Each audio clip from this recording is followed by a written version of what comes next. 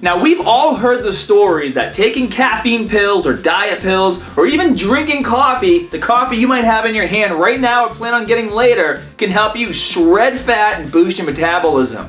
But what if I were to tell you that based on your gene type, that coffee or diet pill could actually help you store more fat than you think you're burning? I'm here with Dr. Dan Reardon, the CEO of MuscleGenes. He's a medical doctor. Dan, what's up? How you doing? Great to see you, Scott, and great to see the hermination, although I can't actually see you, but you can see me. And it's really good to be here today to get the opportunity to talk with my friend Scott about caffeine and some really interesting, cool topics about caffeine. And for those of you who are new to MuscleGenes, MuscleGenes is a company that actually tests your DNA to tell you what exactly you should be doing in terms of fitness, whether it comes to exercising or your diet plan. And today, like Dan said, we're going to talk about caffeine and how it relates to metabolism, your mood, and then we'll even have a bonus tip we're going to talk about where it might be affecting your testosterone levels as well. So, let's jump into it.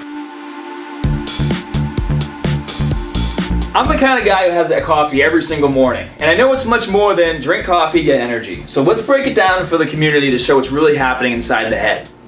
Okay, well, caffeine gets metabolized in the liver, as everything gets metabolized in the liver, and it gets broken down into three chemicals: paraxanthin, theobromine, and theophylline. You may have heard of theophylline, as it's a medication that's used for people with asthma and airways disease, so it helps with your breathing.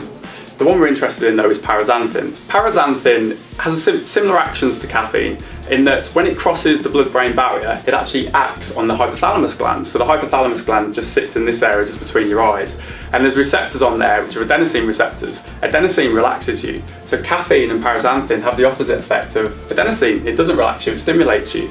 It causes the hypothalamus to release a hormone called corticotrophin-releasing hormone that goes down, travels down the stalk into the anterior pituitary gland, which just sits at the bottom of the hypothalamus, and then that causes you to release ACTH. And I know that there's going to be lots of you out there that have heard of ACTH, adrenocorticotropic hormone, and it's a hormone that has an effect on your adrenal glands. And your adrenal glands are little glands that sit above your kidneys, and your adrenal glands release some really interesting and pertinent hormones. It releases cortisol, it releases catecholamines such as epinephrine and norepinephrine, or if you're from Europe and the UK, adrenaline and noradrenaline, but it's also a source of testosterone.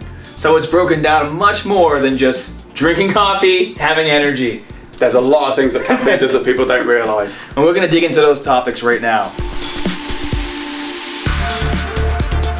Alright Dan, so we got the science. What does this have to do with MuscleGenes? Well, as with any nutrient or drug that enters the body, it has to be metabolized. And caffeine gets metabolized in the liver. There's a system called the cytochrome P450 system, but specifically there's a gene called CYP1A2 that research has shown is associated to caffeine metabolism.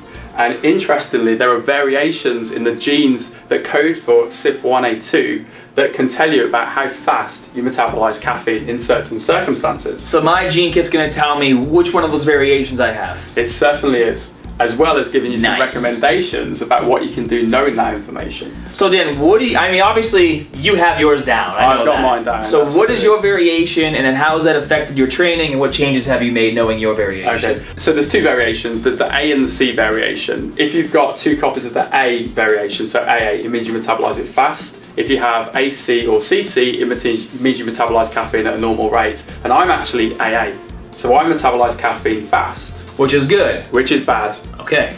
It's bad, and I'll tell you why. It's bad because the faster you metabolize the caffeine and you get sort of a big surge in blood levels of various chemicals, you can crash just as quickly. So basically when I go to the gym and I have caffeine before, whether it's pre-workout or a coffee, and then I get to the bench and I want to fall asleep. Yeah. And then I'm thinking while I'm on the bench, I need more caffeine and more pre-workout or whatever. That's basically because I might be AA, and maybe I'm crashing, and absolutely wanting to go after more caffeine is actually a bad thing. Absolutely. So people have always struggled to explain the reason for crashing, and this could actually be it. Well, because I would have explained it by you need more, but I guess I'm wrong. Yeah, well, the trick is not to have the caffeine in the first place, or not to have the source of caffeine which is making you crash in the first place. Now, the really cool bit of information here is that you only metabolize caffeine fast in the presence of a pollutant. So whether it's cigarette smoke, environmental pollutants, even things chemicals that coffee contains, all of these things can enhance how fast you metabolize and break down caffeine. because all of these things stimulate the liver and stimulate liver enzymes. So you're basically saying there's a difference between drinking coffee or taking a pre-workout versus having a caffeine pill. Absolutely. Okay. There has to be the presence of a pollutant to actually enhance the rate of caffeine metabolism. So like, what's a pollutant? Like I go into Starbucks and like they spit in my coffee. Like what is going on with that? Well, interestingly, good quality coffee is actually doesn't have a lot of polluting chemicals in there, whereas bad coffee will have a lot of polluting chemicals in there. So, for example, I could go to one of the big chains, drink a cup of coffee, and pretty much fall to sleep. Whereas I could go to some of the independent chains, have good quality coffee, and just get very stimulated from it. So then, what have you done since you've learned that you're double A? What can I do? What if I'm double A and this is why I might crash? What can I do to try to like remedy this? So some people might recommend not consuming caffeine or caffeinated products, but actually one of the things that you can do, and this is quite anecdotal how this has been discovered, is you can do things like a couple of squares of dark chocolate before you train. 95-100% dark chocolate, which is pretty pure, pollutant free. Doesn't contain that much caffeine, but it potentially contains enough caffeine to start to have some degree of effect, whether it's a little bit of stimulation or whether it's just making you making yourself feel a little bit better. So basically, there's different sources of caffeine that I can take, like dark chocolate or pill versus a pre-workout or coffee, or where I'm getting these things that will have adverse effects on, in general, how my mood is and how I'm going to be in the gym and fat burning and all that stuff? Absolutely. So coffee, for example, for me, again, anecdotally, I can consume a cup of coffee and literally within 30 minutes I can fall to sleep. Oh, wow. Whereas if I have, say, a couple of squares of dark chocolate, maybe maybe some caffeine tablets, or a very, very good quality pre-workout that's relatively pollutant free or free of bad ingredients, I can feel to some degree stimulated, and I certainly don't crash. Okay, now what if you're the other variations, which was the AC and CC? For people that are AC and CC, it probably really doesn't have that much effect, the source that they're getting the caffeine from. So they're the lucky ones? Yeah, in many respects. The only thing is with people that are AC and CC is that there is evidence that shows that cruciferous vegetable consumption can actually increase the rate at which they metabolize caffeine by up to 20%. But that's bad. Which is bad, yeah. So don't consume vegetables within a few hours of training. So basically, when you guys get your MuscleGenes reports back and all this stuff is being explained to you and you figure out what your genotype is, anywhere in that report where you see increases in which the rate of you increase the metabolism of caffeine in your body is going to be a bad thing, which can lead to crashing in the gym, which can lead to storing more body fat, right? Because it raises cortisol levels. Absolutely. And all these other things. Absolutely. So there's a lot going on. It's not just a matter of getting caffeine, being energized, and going to work out. You could be taking caffeine, going to the gym, crashing, wanting more, crashing even harder, storing body fat, versus if you just had some dark chocolate, if you were AA, or if you just avoided certain things for being AC or CC, you could have a much easier time, maximizing your results. Absolutely. All right, Dan, so you teased us at the beginning with testosterone. So what's going on with testosterone and caffeine? Am I gonna get jacked? Like, what's the deal? Well, I don't think you're necessarily going to get jacked, but one of the things that we have to remember is that the adrenal glands do release testosterone. So when you get global stimulation of the adrenal glands, as we explained with caffeine and the breakdown of caffeine and metabolites, there's always the potential that you're going to get a release of some testosterone. Now, potentially, if you're the right genotype and you're consuming moderate amounts of caffeine, you might actually get some positive effects from the testosterone sort of being released. But obviously, if you overstimulate your adrenals, then you don't have a continuous supply of testosterone.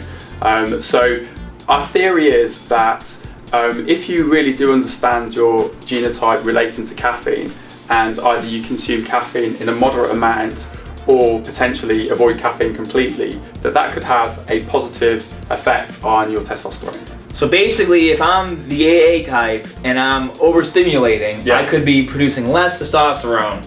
And the same thing with AC or CC, except that they won't have as easy of a time to reach that level. Absolutely. So, for example, men release testosterone from the testes and the adrenals. Women, it's just the adrenals. But it all contributes to the overall amount of circulating testosterone that you have. So what you don't want to do is you don't want to have negative effects on it by overstimulating or understimulating.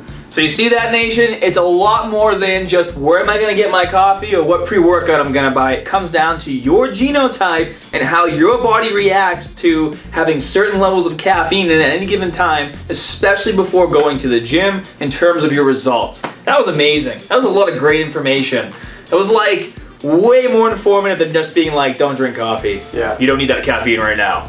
So guys, if you want to learn more about MuscleGenes, click the link info section below. The MuscleGenes testing kit tests for a lot more different variations of genes in your body to help you maximize your results in the gym and with your nutrition. So Dan, thanks for having me here down in the offices for MuscleGenes, and I'm looking forward to doing some more fun videos like this and really getting down to the nitty-gritty of what it means to know your body inside and out. I appreciate you visiting us again, Scott. Yeah.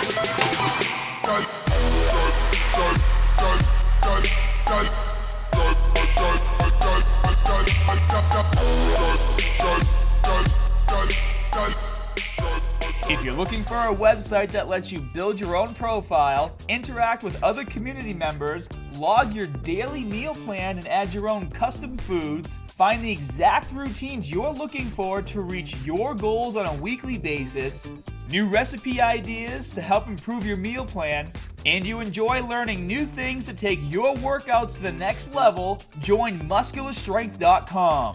What's your maximum output?